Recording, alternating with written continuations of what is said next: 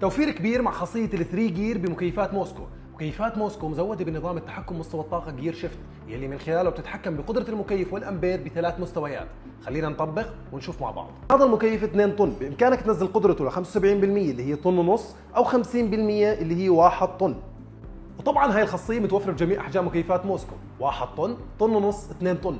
راح تزيد من نسبة توفيرك بشكل كبير، وراح تخليك تشغل مكيفك حسب حاجتك من التبريد.